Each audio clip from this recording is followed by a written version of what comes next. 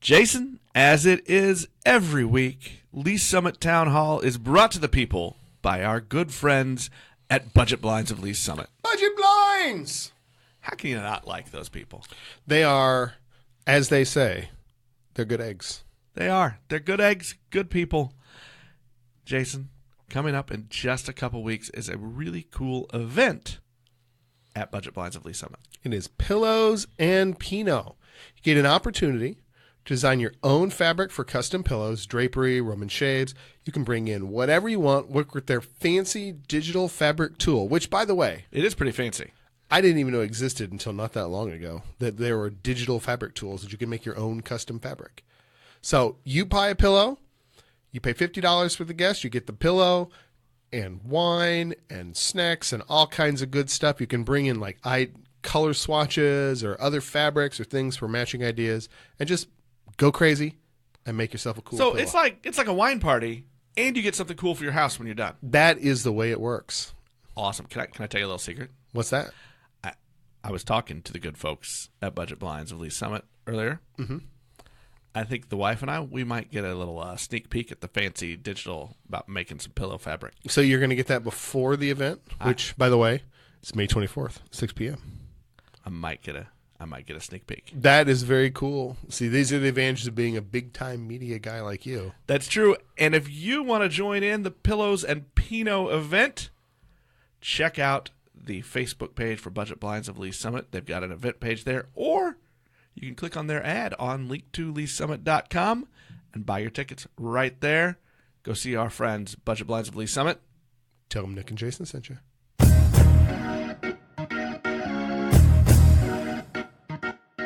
Hello again, and welcome to Lee Summit Town Hall, a weekly podcast about what you can do to make a difference. I am Jason Norbury, and as always, I am joined by a man who should not have eaten those pretzels. It's Nick Parker, the publisher of Link to Lee Summit. You needed some food before we recorded tonight. I did. And because I have no willpower, apparently, or not as much as I thought I had, you were eating, so I had to eat. I ordered some pretzels. It was a mistake. It was a mistake. Now, I will say this. The pretzels were good, but the choice to order them, that was poor. Poor decision on my part. Ah, well. Publisher, Link to Lee Summit, which is the source for all the news you need about this very fine city. Our unofficial sponsor today is tree pollen. Boo. Boo! Boo to tree pollen. Tree pollen is the worst. Tree pollen, I couldn't even get out of bed yesterday, basically, because of the tree pollen. But I have soldiered up, and I've come in to record this podcast for you, the people, because that's how much I love you. And I got more good news to make you feel better. What's that? You know what's coming? Just a few weeks away. The end of tree pollen? Well, that too. Downtown Days. Ah, Downtown Days. It's our favorite downtown-wide festival. June 7th, 8th, and 9th, right here in lovely downtown Lee Summit. All the good stuff that you always get. Music, food, drinks, and cool shopping. And I'm gonna announce this again. It's already been announced, but I'm gonna keep saying it. Headliner Saturday night, local group, well, regionally local. They're from Independence. Madison Ward and the Mama Bear. I'm really excited about this. That is very cool. I look forward to getting to see them this year. And I know that you and I are part of a beer tent shift. So volunteer signups are available. If you wish to volunteer your time at Downtown Days, which, by the way, is always a lot of fun, you ought to go and do it. There may not be a better event to volunteer for than Downtown Days. You get like a T-shirt. You get to hang out. People are always, the staff with Main Street are incredibly gracious and always very thankful for all the help they get. And it's a fun event. And there's just a lot of people. And it's just really cool. But we're excited. Downtown Days is coming. And that's always one of our very favorite times to celebrate Lee's Summit. One other note of things that are coming up. Jason, we've talked about this before, but I am part of the Community Youth Mental Health Awareness and Suicide Prevention Task Force. One of the things that's coming out of this that I think is pretty cool, some youth in the community have come forward, and they want to do some of their own podcasting to talk about youth mental health, to talk about their issues, talking to their peers. And so we're going to be helping them out at Lee Summit Town Hall. And during the course of the summer, there's going to be a few episodes of this podcast that are going to be done by the youth for the youth. That is really cool. And I am, by the way, completely stunned that you'd give up that much control of the microphone to allow that to happen on your own podcast. But that is the kind of community-minded individual that you can be. I'm not saying it's an easy decision. Reach for the stars, Nick. But reach for the stars. All right, Jason. Here we go. Let's dig into the show. I don't think it's going to be a real long one this week. Just a couple things I want to get to. First, I want to start with the city council. We kind of let in this a little bit last week, but now we have a very clear picture, I think, of what people are going to see on the August ballot, and that is a bond issue. It is a bond issue, and it is only the public safety piece. They were talking about doing an extra question on the ballot for curb replacement after some, well, we'll call it lengthy discussion. It was decided to maybe pause that part of the bond issue and roll it into a larger conversation about stormwater and some other infrastructure improvements. So that's kind of on hold. So the bond issue is just going to be the fire, the police, and the network infrastructure, the public safety pieces that they'll have there on the ballot in August. Okay, that was our one note on the city council. Jason, I want to move over. You and I have made kind of a pledge that we're going to make sure that we do a better job of talking about the school district and things going on that side of the town. And so in that spirit, one of the things we want to talk about right now is the equity plan, which is ongoing, and at this coming board meeting for the R7 school district, the board is going to hear the recommendation on the equity consultant, who to hire to come in and develop this plan and then implement it. Right. And so let's just to review, because that's what we do. We review process around here. The district issued an RFP for an equity consultant in March. There were 4 proposals that were received. One got kind of skipped. A committee of 11 members consisting of teachers, principals, counselors, administrators got together. They reviewed, they scored the proposals. They brought 2 of the firms of the 3 applications in for interviews, which were done right at the end of April, beginning of May. And the committee has established a recommendation. And their recommendation is Equity Educational Consultants out of St. Louis. There were, of the 2, Jason, if you look at they have a scoring sheet that's available there. It seemed pretty close in a lot of areas there. Maybe what did you notice where they kind of maybe stepped ahead? They looked like they were just a little bit ahead on almost every measure, actually, as a whole. And so it added up over time, but they were like, they got a little bit better scores on almost everything that went through there, as opposed to that first group. Or the other group that was brought in for the interview. So that tells me that this is pretty clearly at least the superior choice of the available options that they had available to them. And we are going to try to forgive the fact that they're from St. Louis. That's a hard one for me to forgive, and really because everything goes back to baseball and baseball fans. If they show up with Cardinals gear on, we're going to pitch them right to the curb, right out to the curb.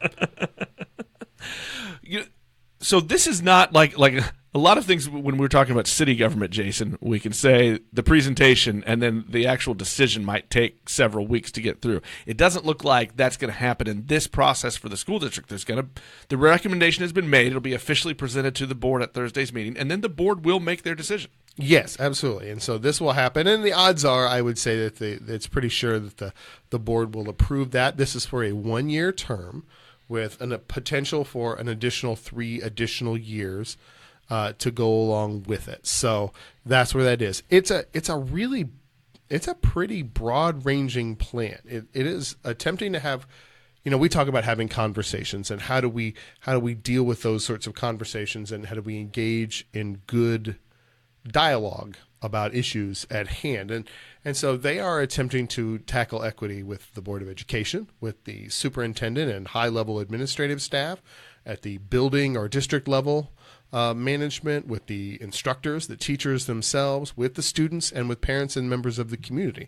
So this proposal covers every level of conversation that we've talked about, and a couple, honestly, that we really haven't talked about, that they're going to be dealing with as they go forward. And I think what we will see too is the content of that, the really those conversations that'll narrow down. I think as that plan is built, and then they start implementing. Yes, absolutely. And for those, I know we had heard some significant criticism that had been posed over the last several months that the teachers weren't really involved in this process enough. Well, the first year's contract is for about $97,500, and more than half of that is being focused on educating instructional staff. So obviously that's where the rubber really does meet the road for our students is the teachers. And I know I say that to the spouse of teacher over there knows that is the truth. And but they are really putting their money directly into that particular aspect of it. I'm going to shift gears a little bit now, Jason, and go into the other part of our pledge, and that is to continue to encourage and celebrate community involvement. And one of the things we talked about was that you and I were going to start reaching out to some of these public groups that have formed to start talking about the different things going on in the district, specifically with the equity plan and all of the things happening around it. This week, coming in Friday's episode of Town Hall, we sat down and we talked to two people, Corey McDonald and Ron Freeman, from the Community Solutions Focus Group. Now, they just had kind of their own town hall type meeting where they kind of put their idea, and they think that they had some data that they read differently than what some in the school district have talked about now. And so we had that conversation with them of what they wanted to talk about. Yeah, I thought it was a very interesting perspective that they brought forward, and I thought their approach has some merit and some room for criticism. And I will say this, is that we did not, you and I made a choice not to really dive into the details and try to dig out the bits and pieces and the struggles and what have you with each of these groups as we'll be having that conversation. Right. I don't think we wanted to push back too much or like you said, go too deep, because we wanted to really let them tell that group's story first. And then I think once we've heard from them is when we're maybe going to be asking a little harder questions, a little deeper questions, so that we can get to the conversations that we're having around the community. Yeah, absolutely. And that'll time out, I think, kind of fairly well with the work the district is doing. We'll start to see perhaps some of the more public outputs come the fall and that period of time in terms of dealing with the equity plan. So those will be a really interesting time when all of these different voices, and from what we can see, there are voices coming from some pretty different perspectives and different approaches as to how to address the issues of the achievement gap, of the equity concerns that they're going on in the district. So this first conversation with Corey and Ron, I think, is a nice introduction to that. It certainly was interesting to hear their take as two African American men on these issues in the district, and we both ended up having, I think, fairly lengthy conversation with them after the interview was over, which is really what you hope for. I mean, you want these things to spark more conversation and a deeper understanding of people's perspectives. Right, absolutely. So, we hope you enjoy that conversation and look forward then to the other ones that we'll be presenting throughout the course of the summer. All right, well, that will wrap up our show for this week. There wasn't a lot going on. We hope that you will tune in on Friday and hear that conversation with the people from the Community Solutions Focus Group. And keep catching us throughout the summer as we meet some of these other groups around and we try to broaden the conversation around the community. Today's episode is brought to you by Shred KC. Jason, I'm not sure there is a more surprising or a better choice for people like me, and I'm going to lump you in, people like you and me. No, fair enough. Who want to change our lifestyle, who want to get healthy. There's really not a better, more supportive place to go to. Honestly, a place called Shred, honestly, at first like, it would be pretty intimidating, and then you meet the people who work there, and they're already fit. I'll put it that way. And you could be, just on appearances alone, be put off by all of that. But you meet Ryan Waters, the owner. You meet the people that he surrounded himself with in that gym. And you find out that they are there to really help you meet your goals, to help you figure out what your goals should be, so they're realistic goals, and then how to get there. And they motivate you. They support you. They understand. Here's the big thing I like. Not only do they say that it's okay to have a cheat meal once you've earned them, but they recommend it because they know you can't deny yourself of everything forever. Look, a man's got to have buffalo wings. A man got to have his wings. Of course, now Ryan's probably going to get mad at me for saying that. But they will support you. They get you there. It's been a cool place. I'm over 30 pounds lost in the first 5 months of the year, so I'm a happy guy. Yeah, and that is the core story. You feel better, you look better, you things are good for you. You're on that goal, on that path to your goal, and that's what we want. So if you're ready to change your lifestyle to get healthy, go see our friends at Shred KC in downtown Lee Summit. Tell them Jason and Nick sent you.